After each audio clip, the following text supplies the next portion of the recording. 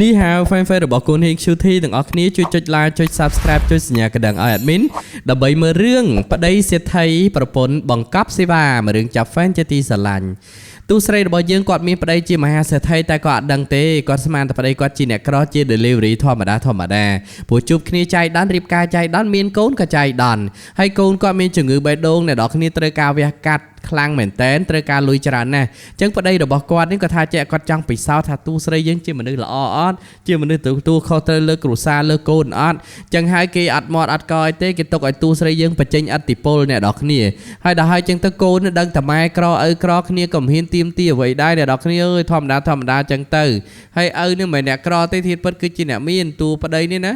គឺជាអ្នកមានខ្លាំងមែនតើណាហើយចឹងទៅគេរៀបការមួយទូស្រីនឹងគ្រាន់តែជាហ្គេមមួយដើម្បីពិសោធន៍ទេគេចង់ដឹងថាទូស្រីរបស់យើងហ្នឹងមានសមត្ថភាពអាចរលួយមកចិញ្ចឹមប្រុសដែលគ្មានបានការដូចជាគេបានអត់ជួយកូនបានអត់ទូស្រីយើងគាត់រមែនអ្នកនរគ្នាគាត់ថាចេះគាត់ធ្លាប់និយាយក្នុងជីវិតគាត់គាត់មិនបានប្រាថ្នាប្តីមហាសេដ្ឋីប្តីអ្នកមានអីទេគាត់គ្រាន់តែចង់បានប្តីសាមញ្ញធម្មតារស់នៅមួយគ្នាមានសុភមង្គលគឺគ្រប់គ្រាន់ហើយប្តីទូស្រីណាចេញទៅធ្វើការកដាលយប់កដាលត្រៀបបាត់រាល់ថ្ងៃទូស្រីយើងអាចដឹងថាប្តីគាត់ទៅណាទេគាត់ដឹងថាប្តីរបស់គាត់ហ្នឹងគឺទៅធ្វើការប្តីរបស់គាត់គឺជាកំពូលបរោះល្អក្រតែតស៊ូព្យាយាមទោះបីជាលួយតិចតួចចូលក្នុងផ្ទះប៉ុន្តែវាជាក្តីសុខនិងសុភមង្គលមួយដែលមនុស្សស្រីគ្រូរូបប្រាថ្នាដល់តែពេលហើយទូស្រីយើងនេះណាគឺខំប្រឹងដើរឈាមកលក់ការងារទេសកលផ្សេងកលក់និយាយទៅគឺក្នុងជីវិតទូស្រីបង្កប់សេវាច្រើនប្រភេទណាដើម្បីរលួយមកវះកាត់ព្យាបាលជំងឺរបស់កូនតាមពិតតួប្រុសនឹងគេគិតហើយឬកូនគេនឹងវះកាត់ព្យាបាលហើយប៉ុន្តែគេយកតកូនគេអត់យកទូស្រីទេដោយសារគេមិនជួយចិត្តស្ត្រីក្រីក្រដែលគ្មានពូជពងវងតកូលប៉ុន្តែគេពិសោធន៍រស់នៅរយៈពេល 5-6 ឆ្នាំគាត់គេចង់ដឹងតែប៉ុណ្្នឹងឯងដល់ពេលគេក៏ទុកចោលអញ្ចឹងទៅហើយគេទុកឱកាសឲ្យទូស្រីយើងបើរលួយវះកាត់ព្យាបាលបេះដូងកូនបានអានឹងគេយកទូស្រីយើងធ្វើប្រពន្ធអញ្ចឹងទៅពេលហ្នឹងទូស្រីយើងមកលក់ស្រានៅក្នុងក្លឹបនេះសេវាលក់ស្រាអ្នកនរគ្នាគេឲ្យមកទទួលវូយាហ្នឹងគឺជាមហាសេដ្ឋីលំដាប់ទី6កូនទី6ហើយទូស្រីយើងឈ្មោះប្តីគាត់ឈ្មោះទីងហាននៅមួយគាត់ទីងហានពេលឈ្មោះពិតគេវូយាអ្នកនរគ្នាពេលហ្នឹងហើយប្អូនប្រុសរាប់អានគ្នាប្អូនប្រុសធររបស់ទូប្រុសហ្នឹងក៏ដើរបុកគ្នាមួយទូស្រីនេះកំពប់ស្រាទៅគេចាក់ស្រាឲ្យទូស្រីយើងលិតអស់គេឲ្យលុយពេលហ្នឹងទូស្រីយើងគាត់សឹកថាចេះដើម្បីកូនគាត់ណាទោះបីជាគាត់ឲ្យគេគាត់លិតអាចក៏គាត់លិតដែរដើម្បីបានលុយព្យាបាលកូនរបស់គាត់ក៏អត់មានជំរើសទេហើយដល់ពេលហើយអ្នកនរគ្នានៅនឹងគេធ្វើបាបទូស្រីយើងខ្លាំងមែនតែនប្តីរបស់គាត់មិនបានឲ្យតម្លៃលើអ្នកក្រអ្នកខ្សត់ទេទូស្រីយើងខកចិត្តខ្លាំងបំផុតនៅពេលដែលគាត់ឃើញប្តីរបស់គាត់នឹងមើងងាយអ្នកក្រហើយឃើញអ្នកក្រគ្រាន់តែជាទេសកលនៃលុយតែប៉ុណ្្នឹងឯងគេអ្នកមានគេចាយលុយអញ្ចឹងហើយគេទុកអ្នកក្រដូចជាទេសកលរបស់គេយកលុយមកជះលើក្បាលលេងតេអញ្ចឹងទៅហើយទូស្រីរបស់យើងគាត់ខកចិត្តរឿងនឹងខ្លាំងហើយអ្វីដែលខកចិត្តជានឹងទៀតគឺគេមានស្រីគេហើយឈ្មោះនាងវៃវៃគឺជាស្រីរបស់គេឥឡូវនេះគេកំពុងមានកូនជាមួយគ្នាទៀតជាហេតុធ្វើឲ្យទូស្រីយើងគាត់ខកចិត្តខ្លាំងមែនតែនខំមិនយកប្តីអ្នកមានព្រោះខ្លាចគេក្បត់ចិត្តគេមិនចូលចិត្តគេមិនស្រឡាញ់តែយកប្តីអ្នកក្រឲ្យប៉ះប្តីបោកប្រាស់ទៀតជាអ្នកមានតដែរគេប្តីអ្នកមានបានប្តីអ្នកមានហើយអ្នកមានគេដែរចេះស្រឡាញ់ស្រីតែមួយរឿងប្តីអ្នកមានអ្នកនរគ្នាគុំសង្ឃឹមតែគេស្មោះស្ម័គ្របដូរប្រាច់មួយយើងគេមានយើងគេត្រូវមានអ្នកផ្សេងទៀតហើយអញ្ចឹងយើងយកតលុយមកកើបតលុយយកមកមិនបាច់ចង់បានប្រុសម្នាក់ដឹងនៅជាកម្មសិទ្ធិផ្ដាច់មុខទេវាមិនងាយទេរឿងប្តីអ្នកមានណ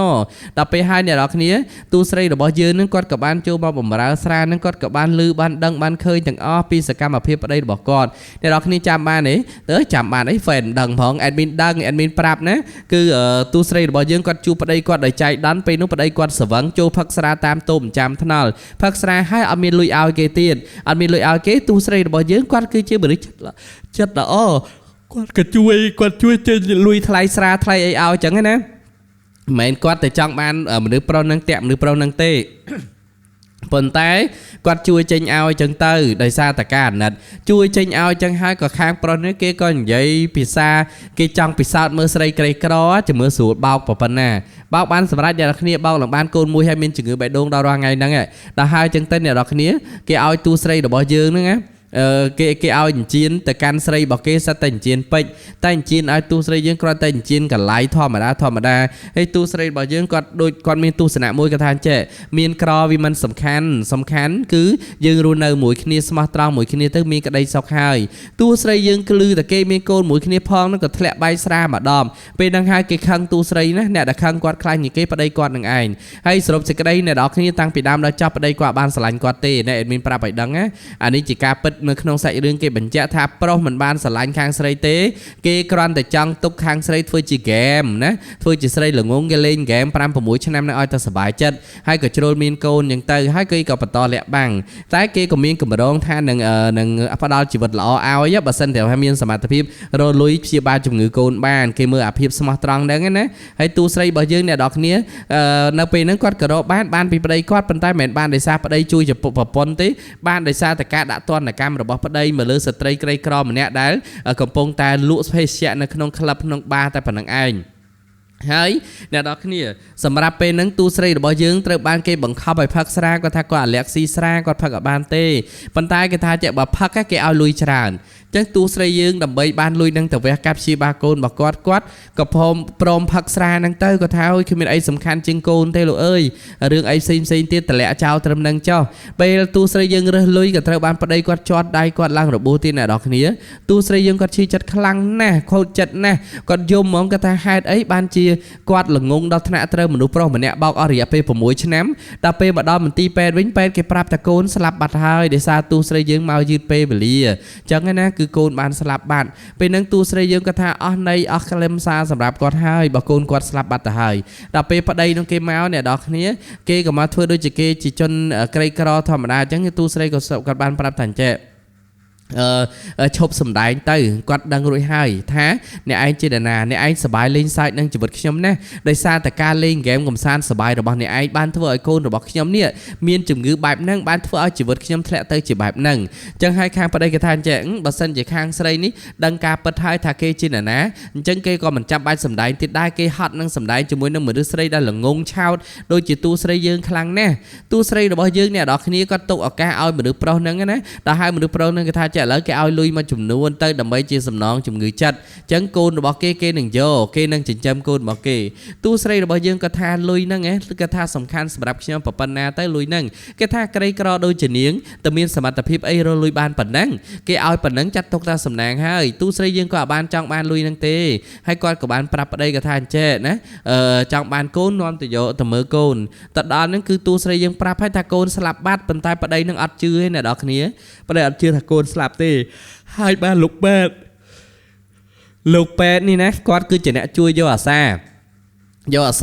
ទូស្រីនឹងកូនរហូតអ្នកនរគ្នាហើយលោកពេទ្យហ្នឹងគឺគាត់ក៏ស្រឡាញ់ទូស្រីដែរគាត់ថាទូស្រីយើងគឺនារីល្អណាស់ស្មោះត្រង់ប្តីដែលរស់នៅអោបជាប់នឹងទ្រូងដេកស៊ីចាយជុះជាមួយគ្នាប៉ុន្តែបែរជាមិនស្គាល់ពីប្រពន្ធខ្លួនឯងល្អកម្រិតណាវាទៅជាពេទ្យគ្រាន់តែមើលថែទាំកូនយើងសោះតែគេមើលឃើញពីគុណតម្លៃរបស់យើងខ្លាំងមែនតើហើយឪនេះណាប្រាប់តែកូនស្លាប់អត់ជឿទេណាគេជឿស្រីរបស់គេថាទូស្រីយើងនឹងកុហកទេទៅជឿធ្វើស្អីវាគ្រាន់តែទៀមការចាប់អារម្មណ៍ចង់បានទ្រព្យសម្បត្តិរបស់លោកតែប៉ុណ្្នឹងឯងបាទបើតលោកឲ្យទ្រព្យសម្បត្តិវាទៅជាធម្មតាវិញហើយអញ្ចឹងហើយគេក៏បានយកលុយឲ្យទូស្រីរបស់យើងអ្នកនរគ្នាតែទូស្រីយើងក៏អត់ទទួលទេគាត់កានមែនគាត់ថាអញ្ចឹងឥឡូវនេះកូននឹងគេត្រូវយកទៅបូជាហើយព្រោះនៅស្រុកចិនគេមិនដឹងថាម៉េចទេណាអានេះគាត់ស្លាប់នៅមន្ទីរពេទ្យភ្លាមគេយកទៅបូជាភ្លាមបើនៅស្រុកខ្មែរយើងគេត្រូវមើលថ្ងៃមើលពលាអីត្រឹមត្រូវណាមិនចេះតែដុតទេដល់ហើយអញ្ចឹងទៅអ្នកនរគ្នាកូនស្លាប់បាត់ហើយអញ្ចឹងនាងខាងនេះគេក៏បានអូសទាញខាងនេះត្រឡប់មកវិញហើយខាងនេះចាប់ផ្ដើមមិនសប្បាយចិត្តចេះនឹកឃើញថាបាត់កូនតាណាអីចឹងណាប្រហែលជាទូស្រីកំពុងលេងលបែង3ស្លឹកជាមួយគេចឹងទៅណាយកកូនជាលេសយកកូនជាបញ្ហាធ្វើឲ្យគេអាឡោះអាល័យតាមពិតទូស្រីរបស់យើងអ្នកនរគ្នាគាត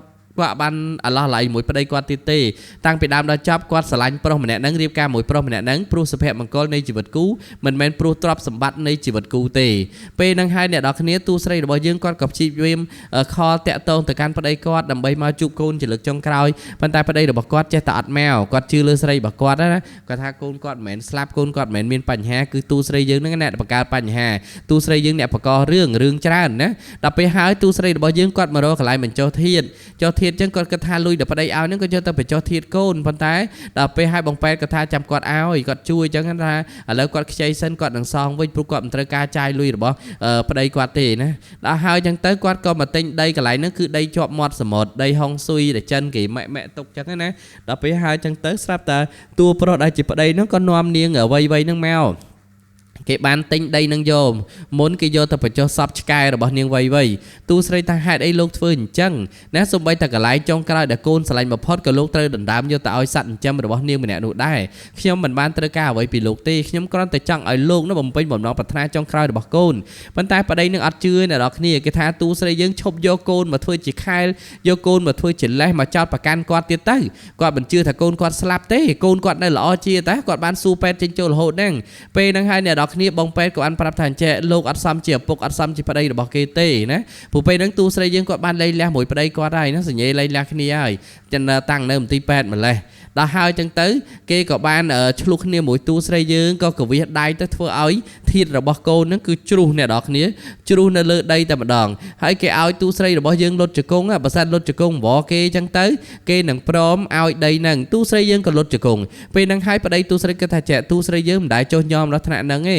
ហេតុអីឥឡូវបានជាព្រមដល់ថ្នាក់នេះដល់តែពេលកវិសផាំងទៅវាបែកធាតុបែកអីចឹងទៅអ្នកនរគ្នានាងវ័យនេះគឺគេបានដៃគេកឡកស្រីដែលហ៊ានមកឌីលប្រមាណប្រពន្ធដល់ផ្ទះខ្លាំងបែបនេះណាកុំគិតថាស្រីនឹងវាក្លាហានពេកមកពីប្តីរបស់យើងជាអ្នកបើកដៃឲ្យគេមកស្ដីឲ្យទៅបានជារឿងហ្នឹងកើតឡើងពេលហ្នឹងទូស្រីយើងគាត់ដោយថាបាយធាតកូនអស់ទៅវាអស់អាលីងអស់អាឡៃគាត់ក៏ផ្ទះក៏ភ្លៀងប្តីគាត់ផ្ទះយកមកងាប់រស់ប៉ុន្តែផ្ទះគេមិនឈ្នះគេធំជាងដល់ហើយចឹងទៅបងពេទ្យគាត់ក៏បានយកលិខិតបញ្ជាក់ពីមន្ទីរពេទ្យឲ្យឪនឹងមើលហ្មងថាកូននឹងបានស្លាប់បាត់ហើយគាត់តែកូនបានស្លាប់បាត់ហើយឃើញហើយក៏សុំទោសទូស្រីហ្មងលុតជង្គង់ទូស្រីសុំទោសទូស្រីថាមិនបាច់សុំទោសទេ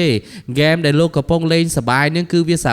ហាវខ្លាំងណាស់លោកសម្លាប់កូនខ្លួនឯងដោយសារតែការលេងហ្គេមចង់ឈ្នះចង់ចាញ់សប្បាយរបស់លោកយកដំណើរជីវិតរបស់ខ្ញុំនឹងណាយកមកលេងសើចយកមកធ្វើការសប្បាយរហូតដល់កូនបានស្លាប់អញ្ចឹងហើយគេក៏បានដកលុយជាច្រើនមកឲ្យទូស្រីរបស់យើងណាជាធ្នូឲ្យទទួលស្រីរបស់យើងលើកលែងទោសអធិស្ឋានគេទូស្រីថាខ្ញុំមិនដែលត្រូវការលុយលោកទេការដែលខ្ញុំចង់បានលោកដែលគ្រាន់តែជាអ្នកដឹកជញ្ជូនអាហារធម្មតាខ្ញុំមិនចង់បានលោកជាមហាសេដ្ឋីទេហើយបើសិនជាលោកជាមហាសេដ្ឋីបែបនេះខ្ញុំក៏មិនត្រូវការលោកដូចគ្នាដែរអញ្ចឹងទូស្រីរបស់យើងគឺគាត់អត់យកទេអ្នកនរគ្នាខាងប្តីនេះគឺខកចិត្តខ្លាំងមែនតែនចំពោះទង្វើខ្លួនឯងមានលុយរាប់រយពាន់លានប៉ុន្តែមិនព្រមចេញលុយព្យាបាលកូនរបស់ខ្លួនឯងទេរវល់តែចង់ពិសោធន៍និងចង់ឈ្នះចង់ចាញ់ទូស្រីរបស់យើងការពិសោធន៍ការលេងហ្គេមបែបនេះក៏បណ្ដាលឲ្យកូនខ្លួនឯងនឹងស្លាប់បាត់បង់ជីវិតហើយតាប់ផ្ដើមខកចិត្តអ្នកនរគ្នាហើយក៏ដល់រឿងឈួតចិត្តចឹងសូម្បីតែតុក្កតាដ៏តូចមួយក៏មិនដែលទិញឲ្យកូនដែរដោយសារអីអ្នកនរគ្នាចង់ពិសោធន៍ចិត្តទូស្រីធ្វើជាខ្លួនឯងអ្នកក្រឲ្យឯងក្រមកជីវិតឯងចង់ហក់ណាខំពិសោធន៍ធ្វើជាក្រមកបោកអ្នកក្រនេះដល់ពេលហើយចឹងទៅដណ្ដើមតុក្កតាគេឆ្លោះគ្នាមួយកូនគេកូនហ្នឹងក៏វាឲ្យចឹងទៅតែឲ្យយកឲ្យកូននេះដល់ពេលបានតុក្កតាហើយវាអត់មានន័យមានទ្រព្យចាយរយពាន់លានប៉ុន្តែវាអត់មានក្តីសុខអីសំបីប៉ុនកញ្ចក់ហើយតួស្រីរបស់យើងចាប់តាំងពីពេលហ្នឹងមកគាត់ក៏បានមកធ្វើការនៅក្នុងហាងតូចតាចធម្មតា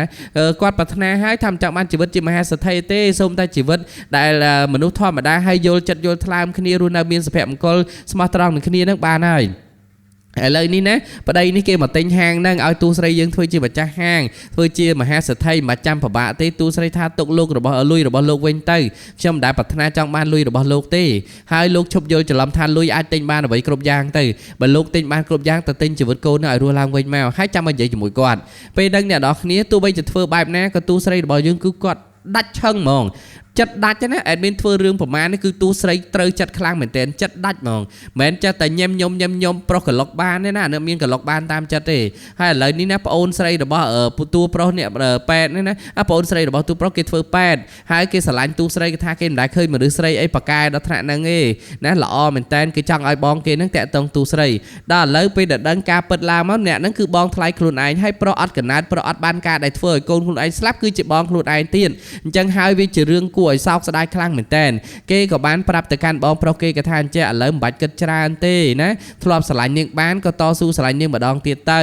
ហើយខាងនេះនឹងក៏វា người ta khởi chư chất sát trúng vì khó chất để ta khuôn ai vì thưa cọ vì hú hai tới vì có uất chiếm võ này đó khía chẳng hãy bèn cái than chạy nít nam sầm lạp khuôn trong slap của bạn trong đồ của bạn vô mùi na của bạn đây chẳng hai này đó khía tu xây được bao nhiêu cho mùi bong pet hết trời đong trời play khía phèn để xa ấy khang pet ní kia sờ phim smart trăng bảo tu xây hay khang xây ní kia còn trong ban bảo đó sờ mạnh thom mà đà bên năng khang pro ní nè hàng phát đây nè cái cọp chi diêm tờ đó tu sấy tay chạy đặt ấy chụp chụp mình đang vây chụp mình ôn thó tam bất côn không pôn đang vây cứ chỉ côn bảo ôn thó này té nè cái prun kia bao pra cả họ ai bị xăm mốc mình bắt thành nẹm miên là ở group giang nẹm miên club lơ đài từ ban nẹm cọ bao nẹm bao to nè rồi đợt pe tu sấy được bao nhiêu nó còn cọ đã tay còn smart trăng hay pôn ní cọ đã tay cọ bao hay sao mà nẹm miên ní bao banแต่nẹm đài cái smart trăng đợt pe banแต่nẹm cái bot cái họ ní ban mà hai tập lơ đào cọอะไรนี่ดังสับยางtới cô mẹ cô khuôn ánh chư chặt lư đàm lư muốn cái thang ngọp cô muối sao cô muối ở lấy cô nát còn miền đại ngọp bạch hời chẳng hay ôn cái thang che tam cho con tập lập mà vinh méo bà sân chị bong sờ lạnh con mình lúc xây lõ và phê ní cứ rọt bàn tê vì mình nghi miên mình lúc xây và phê nâng tê chẳng hay á cùng ơi mình lúc lọ bàn ní cả lon tư rồng lon phật bị đai tư chẳng khang pro ní cứ nó khơi tha cái đăng ai cái đăng là trời phơi mà trời chẳng kia thầy tại phơi cô bạch giang là mấy vô tu xây dương tập lập mà vinh nhật toa tập bàn kia mình chưa thá kia mình ai sờ lạnh tu xây mà vinh ban tới kia miền lùi chẳng hết á cái cọ ban mà phơi ca cho mười đừng tu xây được bao nhiêu nó không hang thôi chỉ đi than nè đã hai chân tới tu xây than lô mà thua xây nâng cái tha kia mà tam tu xây dương kia nâng rồi nó không chỉ vật sắm ăn thôi mà đã cho mười đừng tu xây than lô chẳng thua ấy thua tới bàn tay sắm rạp khi mình miền lô nó không chỉ vật tiệt tê hai chân tới cái mà ta đám thưa càng nghi ao tu xây dương sờ bài chất bên chất tới tu xây than lỡ lúc thưa cái thưa chấp vào đây khi mà tu xem hai xem tập lập tới teo với nhau bên năng nhà đó khi nè cho ai chất đó nè không prang mà tam cái thưa chỉ nè bầm ra cho mũi cái bàn tay cái bài chỉ miên riệp ca cho mũi nương bờ xây như rồi trả hơi bờ ra nó cứ bồng pe năng ai cái sắp chất chi con cần cha tới teo mau thưa ca tới má có cái mình chơi rơi vô lan rối đại run nơi po pen tới ca chư chập về tình địa bài năng đài nè